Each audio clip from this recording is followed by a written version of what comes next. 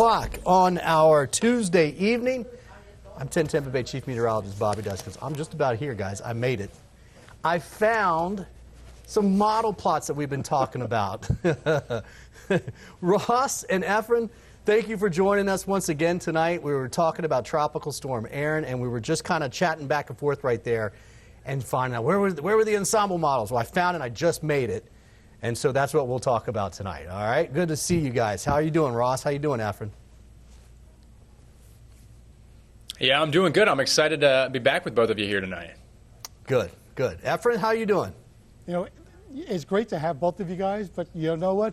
Something that South Carolina, that Florida's dealing with right now, summer weather is finally back.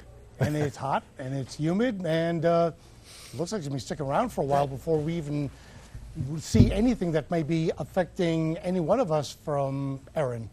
Let's hope so, right? You got some of the Florida weather up there. So there have been a couple of changes today, and not very many, mainly in the forecast for Tropical Storm Erin. The storm itself hasn't been much of a change at all since the last time we talked to everybody at 8 o'clock last night. So I figured we'll start right there. I'll get you kind of caught up on where it is, what it looks like, and the track, and then we'll start shifting more over into what to expect from it. So you can see it's way out there right now. It's about 2,800 miles east-southeast of Florida at this time, okay? So it's way out there. My mother-in-law was like, oh, my friends want to know, we're scared of the storm. I'm like, well, no, nothing to be afraid of right now, okay? It's way offshore. And the modeling trend today has been one that's a little bit further to the south, but it still looks like it wants to recurve. So we're going to be following it out there. Now, right now, winds are only about 45 miles per hour, and that's what we had this time yesterday. The pressure is now at about 1,006 millibars. This time yesterday, we had pressure of 1,004. So the pressure's actually gone up, which is not a good thing for storms, right? It's a little bit weaker. However, there's still a pretty good little amount of moisture around the backside of it. You see right here, this is the water vapor, and all of that is dry air. That's basically Saharan dust that's been out ahead of it. So it's having a hard time. It's over cooler water, and it's running in some of this dry air here on the front end, but it does have some moisture on the south end, and there is some trying to wrap around. And eventually, I think some of this dust will get knocked out of the atmosphere just a little bit. You can see that's a pretty decent little envelope of moisture, at least right near the center. And you can see some pretty good convection trying to fire up tonight. That looks a whole lot better now than what it did earlier in the day. Okay, so let's jump back out. Let's go to the track right here. And you can see that basically we are looking at this thing moving off to the west, almost west-southwest. Right now it's moving to the west quickly at 22 miles per hour. And then it's going to take a little bit more of a turn to the west-northwest. And look at that intensity. You can see it's going to start to speed up a little bit, and then the intensity increases. We're going from yesterday at this time, we were thinking Wednesday night we would have our first hurricane. Now it looks like it's going to be Thursday night into Friday morning that we get our first hurricane. So we'll get the hurricane strength, and then after that it's off to the races. Cat 3, 115 mile per hour winds by the time we get towards 2 o'clock in the afternoon on Sunday. Now, this cone has shifted a little bit further to the south. If you notice now, parts of the Northeast Islands and almost Puerto Rico are in part of the cone, the southern part. Now, real fast, we're going to talk tracks here in just a little bit with Ross, but what I want to impart on you is that the cone has nothing to do with the weather of the hurricane, right? The cone, it has to do with the amount of air the forecast has had over the last 5 years. And so the Hurricane Center thinks it's going to be right there, right at 2 p.m. on Saturday, right there at 2 p.m. on Sunday. And then they go back and they look at how much air they've had over the past 5 years. They take about 2/3 of that. It's kind of a crazy math equation to tell you about. But bottom line is, once they figure out that spot where they think it's going to be, they figure out the radius of how far off they've been on average. So what that means is they draw a circle around that spot, and that's why this is a circle right here. And then that means that the center, on average, could fall anywhere within this circle. It'll probably be closer to the middle, but that's what that means. Now, let's jump over. Ross, you want to take us into some of the forecast tracks, and I did just add the European ensembles on there, so you'll see those pop up here in just a second. Yeah, well, they've been relatively consistent over the past couple of days, at least, over about that 3 to 5 day period, and we kind of expect that, right? But that consistency and that consensus of the track itself is taking most of the storm just to the north of the Lesser Antilles, right? So right around about the U.S. Virgin Islands and the northeastern sides of Puerto Rico is kind of when some of those storm tracks begin to diverge a little bit, or some of those spaghetti plots, so to speak. So we're expecting it to move just to the northeast of Puerto Rico, or at least just on the northern extent. And then the big question is, how much further west is it going to track? Does that Bermuda High stay a little bit stronger and somewhat further, across the central portion of the North Atlantic and steers it a little bit further west? Or does the Bermuda High shift a little bit further eastward and allows a gate to open, so to speak, for that recurving to the north, by early next week, Tuesday, Wednesday? So you'll notice that there are a few outliers, right?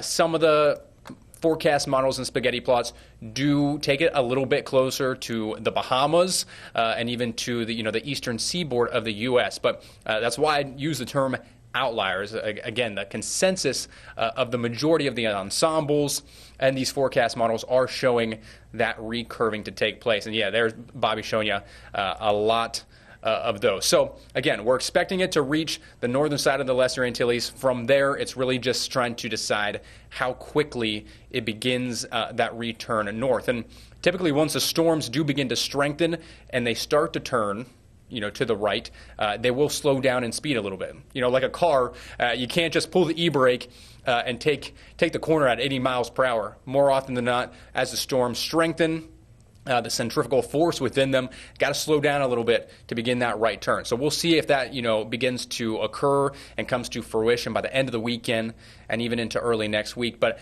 Bobby, I do want to ask you something before we move on too much further, mainly just because I've seen some things online recently that this storm is giving people ideas of how Irma looked back in 2017, right?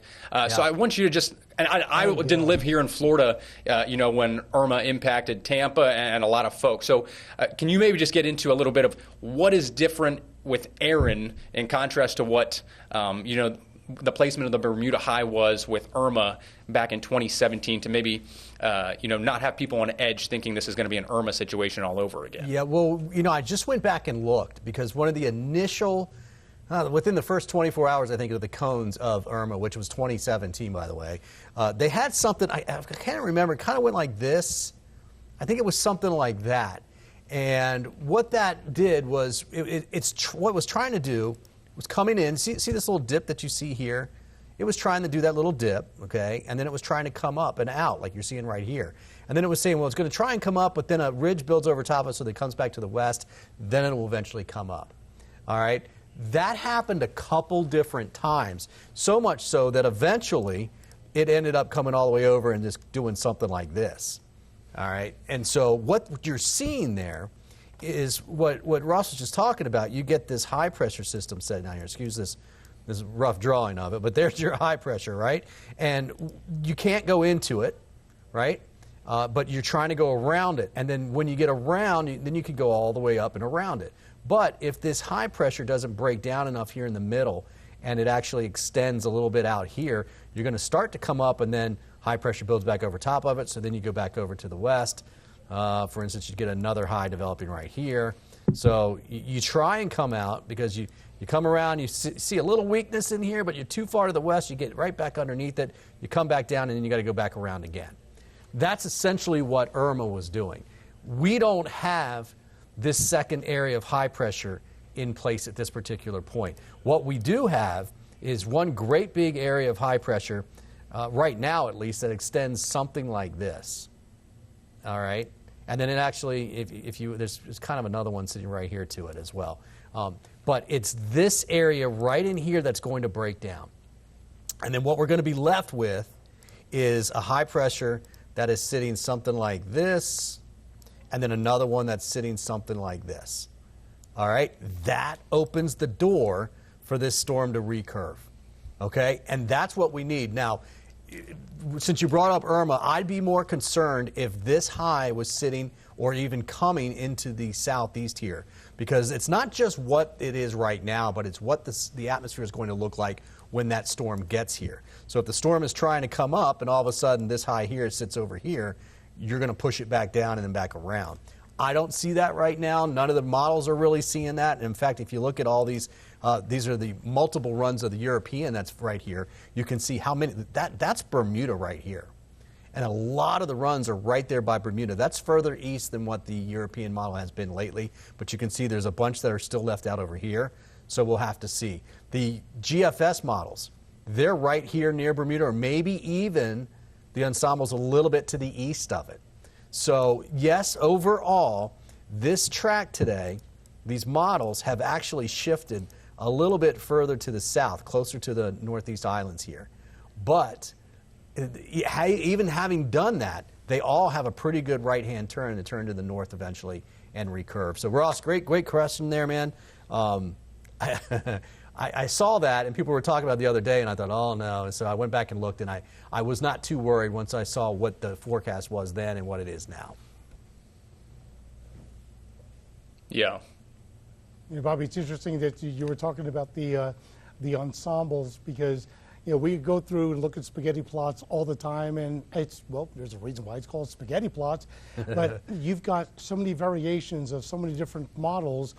But in tradition, when we talk about the European model and the American GFS model, we try to look at both of them and see what kind of variations they go day by day. But there have been quite a bit of variations that we've had just within the last 24 hours since we talked last night. Yeah, and here's a look, Efren. If you want to look at those, that's a combination of the two. The green lines there are the European model, and the yellow are the GFS, and you can see them side by side there.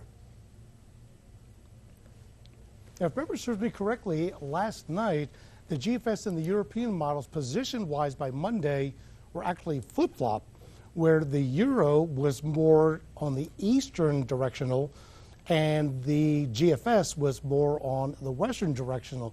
In either case, both of them have shifted a little bit further north once they get into the northern Caribbean, as opposed to right along the Lesser Antilles, and then finally moving more towards the northwest and eventually more north-northwest by day 4 or 5, which would put it almost parallel to the Bahamas. Now it's shifted a little bit more, that it's more progressively towards the north earlier. Now, of course, this is going to change, but that's what's so interesting, that we've seen how the models have modified again, and that's the one thing that we're always going to have when we are constantly looking at these models. They will shift, they will change dynamically depending on that one big thing that you showed, and Ross was alluding to it, that big old Bermuda high that right now is not so much over Bermuda, but is elongated from Bermuda all the way to the Southeast Atlantic coast. All right, so here is the run that as it went out there, and you can see that the GFS is well out ahead of it, and the European is still out behind it. But either way, guys, both of those runs, almost every one of the ensemble runs keeps it off of the East Coast at this particular time. So nothing set in stone, but we know that obviously that's a good thing for right now. All right, you want to talk a little bit about the steering out there, Ross? Yeah, well, we've kind of talked a little bit already about that Bermuda high that's going to be in place, and I kind of talked about it earlier today, during some of our earlier newscasts. I grew up in agriculture and livestock, and I think of the Bermuda high almost as like a fence, and the storm itself is almost like your livestock, your cattle, your sheep, whatever it may be, and it kind of keeps that storm pinned to the south, and then as you alluded to, Bobby, by the time we approach kind of the end of the weekend and into early next week, the far western portion of that high gets pinched off. And you have an area of high pressure kind of draped across the Mississippi River Valley across the United States, and then that Bermuda high shifts much further eastward, allowing an open lane, or in the case of livestock, there's a gate along the fence, right? So the gate opens up, and that allows the storm to kind of funnel through it, whether they're sheep or cattle, whatever it may be, just trying to bring a nice little analogy to the story here. So, Bobby, you're showing it right there, a couple different tracks of that storm kind of getting pulled around the western side of that Bermuda high, and that's really what's kind of causing the recurving to the north of this storm and why we're expecting that here. So, and I also just want to add, we kind of talked about the Euro and GFS models. I think it's important for folks who are watching at home, right? They might see one model run and lock it in. More often than not in these situations, as Efren mentioned as well, they're going to change. Sometimes we'll see that windshield wiper effect where, one run, it'll show it a little bit further west, and that might be the trend through the morning, and then by the afternoon and the evening hours, then it starts to come back to the east the other way. So always want to take them with a little bit of a grain of salt. Always try to look for the patterns and the trends within those model runs and ensembles over a couple of days, not just individual runs. Something always to keep in mind for all those at-home forecasters also trying to figure out where exactly Tropical Storm Erin's going to end up going. Yeah, don't pick that one line that's pointing right at your house when there's 30 others that are going the other direction. That is something easy to do for sure. So, Efren, let's talk about the intensity here, buddy. Right, 45-mile-per-hour winds right now. It's the same thing we had last night, and the pressure actually went up in the last 24 hours. Right. So it's a tropical storm. It's not really doing anything. Really hasn't intensified over the last 24 hours even when it was first named. But conditions are not as apt to where it is now to where it's actually going to go. The water temperatures, where its current position is in the upper 70s. We need water temperature, the ocean water temperature, to be 80, 81 degrees or higher. That is going to be the case at least in the next 36 to 48 hours, in which it's going to get into an environment in the central and then heading into the western portions of the Caribbean, where the water temperatures, that light red when it first gets in by Wednesday and Thursday, now the water temperatures are about 81, 82 degrees. But by Friday and into Saturday, now it's getting into water temperatures that are topping 84 to 86. And by Sunday, even though the cone only ends where the dark red hasn't shown up yet, now we're talking about water temperatures that are 86. And once we get into that area to the west and north of it, you're talking about water temperatures that are 88 degrees. Now, anybody who has been out in St. Augustine's Beach or just off the beach of St. Petersburg, water is 88, 89 degrees. You can definitely feel how warm that water is. Well, this warm water is the fuel for these tropical cyclones, these tropical storms, to become hurricanes, not only to intensify, but to maintain its structure and maintain its strength. Now, of course, we have upper level dynamics of wind shear, but when you're talking about the fuel to feed into the hurricane coming in from the ocean waters, well, we're not seeing that now. We are going to see it as we get into, especially by Thursday afternoon and going forward. Those waters are going to stay warm. And something that I remember that somebody asked, well, what if we have, like we had in the case of 2017, we have, and I think it was Gustav before Maria, but we had 3 hurricanes all almost in succession within a 2-week time frame of each other. Well, the waters may be 84, 86, 88 degrees, but there's something called upwelling. When you have a tropical cyclone that goes over the ocean, it actually stirs up the water from underneath. So the water may have been at a temperature of 86, 87 degrees, but if we have a tropical cyclone that moves through, it mixes that water. So a week or 2 weeks later, that water temperature may not be 88. It may be down to about 85 or 86. But we have not had yet any tropical storms, let alone hurricanes, that have come through from east to west through the Caribbean to stir up the water. That water has been untouched, even with tropical waves, and that warm water will definitely fuel Erin as it becomes that potential major Cat 3 hurricane. Great point, man. And right now Erin's small, but as it intensifies, it should get a lot bigger as it becomes a Cat 2, Cat 3, and to have it kind of bowling ball through that area of very warm water, it would be nice to kind of upwell, right? It blows that top water off, and so the water underneath's got to come up to fill that. It would be nice to kind of cool off that whole area between North Carolina and Bermuda and east of the Bahamas. Efren, why don't you take us through the European and the GFS models for the surface winds? to show us what that looks like, because it's going to get kind of close to some of those Caribbean islands. What are we kind of thinking about at this point? Well, that's the thing. The cone, we showed the cone where in day 4, day 5, it was skirting right across the U.S. and British Virgin Islands all the way to Puerto Rico. Well, now let's talk about the winds, just the winds alone. As we get towards a Thursday afternoon into Friday, the Lesser Antilles, so Antigua, Barbuda, both the U.S. and British Virgin Islands, the winds are going to start picking up. Now, we're not talking about ferocious winds, but winds that are be gusting more than normal. So sustained winds of 15 to 20 miles an hour, well, that's a gentle breeze for the Caribbean islands, but the winds are going to be coming in initially from the north. But as the trajectory, at least in the European model, now you're talking about winds in the Virgin Islands that potentially could be pushing 25 plus. And you're still talking about several hundred miles away from the center of Erin. Well, Puerto Rico, that's the same thing. The North Shores, they're going to be worried about, well, we got northerly winds. Usually when we get northerly winds, we got something that's coming through north of the island. Well, we're talking about 15 to 20 mile an hour winds by Saturday afternoon. But now we get into Sunday. Now this is where we're expecting where the intensification could possibly get into a Category 3. Well, the center of circulation of the hurricane may be 115 mile an hour winds, but you can see how expansive those winds are. And now you're talking about winds coming out of the south for the Virgin Islands, upwards of 25, maybe 30. And then you got the winds coming into Puerto Rico from the northwest, and then eventually coming in from the back end through the island from the south. That could be upwards of 30 to 35, and that's on the low end.